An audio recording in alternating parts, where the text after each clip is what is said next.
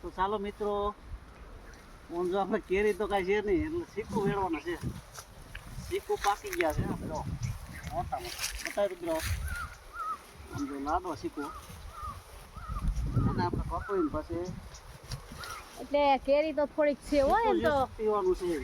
ચીકુ જ્યુસ છે ને અમારે રુદ્રને બહુ પીવું જોઈએ કા રુદ્ર? એટલે વેળા હોય શીકું બધા પાડી લેવાના છે. કારણ કે નીચે નીચે તો અમારાથી અંબાઈ જાય પણ ઉપર તો કાંઈ અંબાઈ નહીં.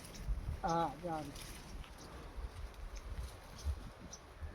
અલગ અલગ રીતે બધા વેડાથી પાડતા હોય, કહેજો કોમેન્ટમાં તમે કઈ રીતના ચીકુ પાડો છો એમ.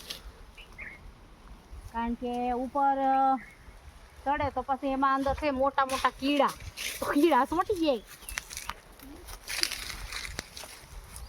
આ બાજુ નીચે નાખીએ એમાં બહુ સોટી જાય છે. પછી જો લાડવા જેવડા ચીકુ વાંધો નહીં, પશુ પંખી ખાય, માણા ખાય, બધાય ખાય. હા ભગવાને એના હાથું આ ફળ અને એવું બધું તો રાખ્યું હોય ને થોડું ઘણું, તો આપણે ઓછું લાગે.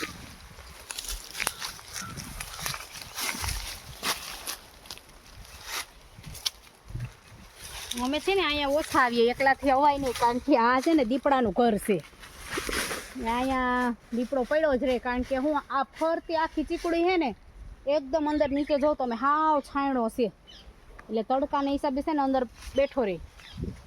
એટલે હવે અહીંયા આવવામાં બીક લાગે, એટલે એકલું અવાય નહીં. અહીંયા